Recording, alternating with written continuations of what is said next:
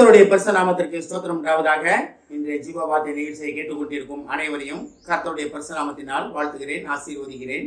இன்றைய தின தியானத்திற்கு தேவன் கொடுத்த வேத பகுதி அது 2 ராஜாக்கள் 6ஆம் அதிகாரம், அதில் 16ஆம் வசனம். 2 ராஜாக்கள் 6:16. அதற்கு அவன், பயப்படாதே, அவர்களோடு இருக்கிறவர்களை பார்க்கிலும் நம்மோடு இருப்பவர்கள் அதிகம் என்றான். இன்றைய தினம் இதை கேட்டுக்கொண்டிருக்கும் தேவ பிள்ளைகளே, உங்களுக்கு துணையாக இருப்பவர்கள் அதிகம் என்று இன்றைய தினம் தேவன் சொல்லுகிறார் உங்களை நோக்கி. அதாவது தேவன் உங்களுக்கு துணையாக வைத்திருப்பவர்கள் அநேக பேர் உங்களுக்காக இருக்கிறார்கள். ஒருவேளை நம்ம நினச்சிட்டு இருக்கலாம், வருடம் முழுக்க அப்படி கஷ்டமாக இருக்கே, போராட்டமாக இருக்கே, இந்த வருடமாச்சும் எனக்கு ஒரு விடிவு வந்துடாதான்னு நினச்சேனே, போன வருஷம் போராட்டங்களே இன்னும் இருக்குது, எனக்கு தொழிலிருந்து சகல காரியங்களையும் நான் பார்க்குற வேலையிலேருந்து குடும்ப வாழ்க்கையிலேருந்து போராட்டமாகவே இருக்கே, எனக்கு உதவி பண்ணுறதுக்கு யாருமே இல்லையா, ஆண்டவரை உங்களை நோக்கி கேட்டுக்கிட்டே இருக்கேனே அப்படின்னு நிறைய பேர் கேட்டுக்கொண்டு இருக்கலாம். இது இயல்பு, மனித இயல்பு. நம்ம நடக்கலைன்ற போது நம்ம தேவன்கிட்ட முறையிடுவோம். தேவன்கிட்ட முறையிட்டு ஒரு நேரத்தை என்ன பண்ணுவோம், தேவனை குரலை கேட்கல அப்படின்னு சொல்லிட்டு நம்ம உலக மக்கள்கிட்ட போயிடுவோம், உலகத்துக்குள்ளே போயிடுவோம். ஆனால் தேவன் என்ன சொல்கிறாரு பாருங்க, இங்கே இது நடந்த காரியம் எல்லாத்துக்குமே தெரியும். எலிசா காலத்தில் நடந்த ஒரு காரியம். அந்த எலிசா இராணுவ வீரர்கள் ஒரு படை வீரர்கள் சுற்றி இந்த மலையை சுற்றி இருக்காங்க. காலையில் எழுந்திரிச்சு எலிசாவோட வேலைக்காரர் வெளியே பார்க்கும்போது அதை பார்த்து பயந்து போய் எலிசாட்ட போய் சொல்கிறாரு. எலிசாட்ட போய் சொல்லும் போது, இந்த மாதிரி நம்மளை சுற்றிட்டாங்க, நம்ம தப்பிக்க வழியே இல்லை அப்படின்னும் போது எலிசா ரொம்ப அழகாக சொல்கிறாரு, அவரோடு இருப்பதை பாருங்க, நம்மளோட இருப்பவர்கள் அதிகம்ட்டு அவர் கண்ணை திறக்கிறார்.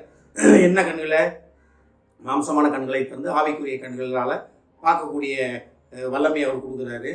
எலிசா தீர்க்கதரிசியான அவர் கொடுத்த உடனே என்ன ஆகுது பாருங்க, அந்த மலையை சுற்றி அக்னிமயமான ரதங்களும் குதிரைகளும் சுற்றி இருக்கிறத பார்க்குறாரு.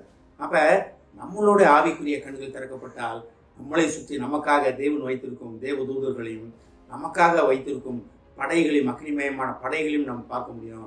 இதை கேட்டுக்கொண்டிருக்கும் ஒவ்வொரு தேவ பிள்ளைகளே, உங்களுக்காக பணிவிடை செய்வதற்காக, உங்களை ஆபத்திலிருந்து பாதுகாப்பதற்காக அநேக தேவ தூதர்கள் உங்களுடன் உண்டு. அதை மட்டும் நம்ம விசுவாசிக்கணும். நிறைய நேரத்தில் நம்ம அதை விசுவாசிக்கிறது கிடையாது.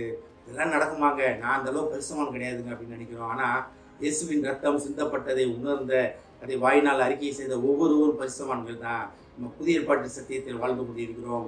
தேவன் நம்மளை தண்டிக்கிற தேவன் கிடையாது, நம்மளை அரவணைத்து பாதுகாத்து அவர்களை சேர்த்துக்கொள்கிற தேவன். அப்போ அந்த பழைய ஏற்பாட்டின் தண்டனைக்குரிய சட்டத்தில் இருந்தவங்களே இருக்கும்போதே தேவன் அவங்களை பாதுகாப்பதற்காக அவ்வளோ காரியங்கள் செய்தார். ஒருவேளை இதெல்லாம் இந்த ஊழியக்காரங்களுக்கு, தீர்க்கதரிசிகளுக்கு அப்படின்னு நினைக்கிறீங்களா? கிடையாது.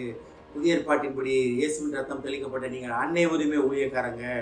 ஊழியம்னா சாட்சியுள்ள வாழ்க்கை, தேவன் உங்களுக்கு கொடுத்த கிருபைகளில் நிலைத்து நிற்பதான் உண்மையான ஊழியம். அதுக்கப்புறம் தான் பேசுறது, அதுக்கப்புறம் தான் ஸ்டேஜில் நிற்கிறது, அடையாள அற்புதங்கள் செய்வதெல்லாம் உண்மையிலே தேவ அழைப்பை, தேவனுடைய படைப்பின் நோக்கத்தை புரிந்து கொண்டு அந்த நோக்கத்திலே நிலைத்து நிற்பதான் உண்மையான ஊழியம். அதில் நம்ம நிலைத்து நிற்கிறோமா? அதுக்கப்புறம் மிச்ச காரியங்களை பார்க்கலாம். உண்மையான ஊழியம் அதுதான், நிலைத்து நிற்பது தேவனின் வார்த்தைகளே. ஒருவன் என்னிலும் என் வார்த்தைகள் அவனிலும் நிலைத்திருந்தால் அவன் கேட்பது எதுவோ அது செய்யப்படும். அப்போ என்ன? நிலைத்து நிற்பதற்காக அவருடைய வார்த்தைகளில் அவரில் நிலைத்து நிற்பதான் உண்மையான ஊழியம். அப்படி நீங்கள் நிலைத்து நிற்கும் போது உங்களுக்கு எதிராக யார் வருவா? உங்களுக்கு எதிராக மனிதர்களால் வரவே முடியாது. ஏன்னா உங்களுக்கு யார் பாதுகாப்பாக இருக்கா? தேவ தூதர்களே பாதுகாப்பாக இருக்காங்க. யாருடைய தேவ தூதர்கள்? உங்களுக்காக தேவனால் இயேசுவால் அனுப்பப்பட்ட உங்களுக்காக பணிவிட தூதர்கள், உங்களை பாதுகாக்கும் தேவ தூதர்கள் அநேகம் உண்டு. அவங்க உங்களை பாதுகாத்துக் கொள்வாங்க. இது நிறைய சாட்சிகள் சொல்லலாம், எப்படி தேவ தூதர்கள் பாதுகாத்து கொண்டாங்க அப்படின்றது. இப்போதைக்கு நமக்கு இந்த 2-5 நிமிஷத்துக்குள்ளே அதை சொல்ல முடியாததுனால, ஆனாலும் இதை கேட்டுக்கொண்டது தேவ பிள்ளைகளே, விசுவாசிங்க. நான் கர்த்தருக்கு உண்மையாக நடப்பேன், வாய் திறந்து சொல்லுங்கள். இயேசுவின் ரத்தம் என்மேல் தெளிக்கப்பட்டிருக்கு, வாய் திறந்து சொல்லுங்கள். மிச்சது எல்லாமே நீங்கள் என்ன செய்யணும் செய்யக்கூடாதுன்றது முழு வேதாவும் நமக்கு சொல்லிக் கொடுக்கிறது. இன்றைய தினம் இது உலகத்தை நோக்கி, உலக வாழ்க்கையை நோக்கி பயந்து கொண்டிருக்கும் தேவ பிள்ளைகளே, தேவன் உங்களுக்கு சொல்கிற ஒரே ஒரு வார்த்தை, நான் திருப்பி அதை படிக்கிறேன் பாருங்கள். பயப்படாதே, அவர்களோடு இருப்பதை பார்க்கிலும் நம்மளோடு இருப்பவர்கள், அதான் நம்மோடு இருப்பவர்கள்னா யார்? உங்களோடு இருப்பவர்கள் அதிகம். உங்களோடு இருப்பவர்கள் அதிக பேர் இருக்காங்க. அதை மட்டும் விசுவாசிச்சு அதில் நிலைத்து நிற்பதற்காக கர்த்தரை மூலம் அழைக்கிறார். ஆமென். ஜெபிப்போம். எங்களை அதிகமான அன்பின் பரலோக பிதாவே, கர்த்தாவே, இந்த வேலையை உங்களுக்கு தெரியுறோமாப்பா தாப்பனே.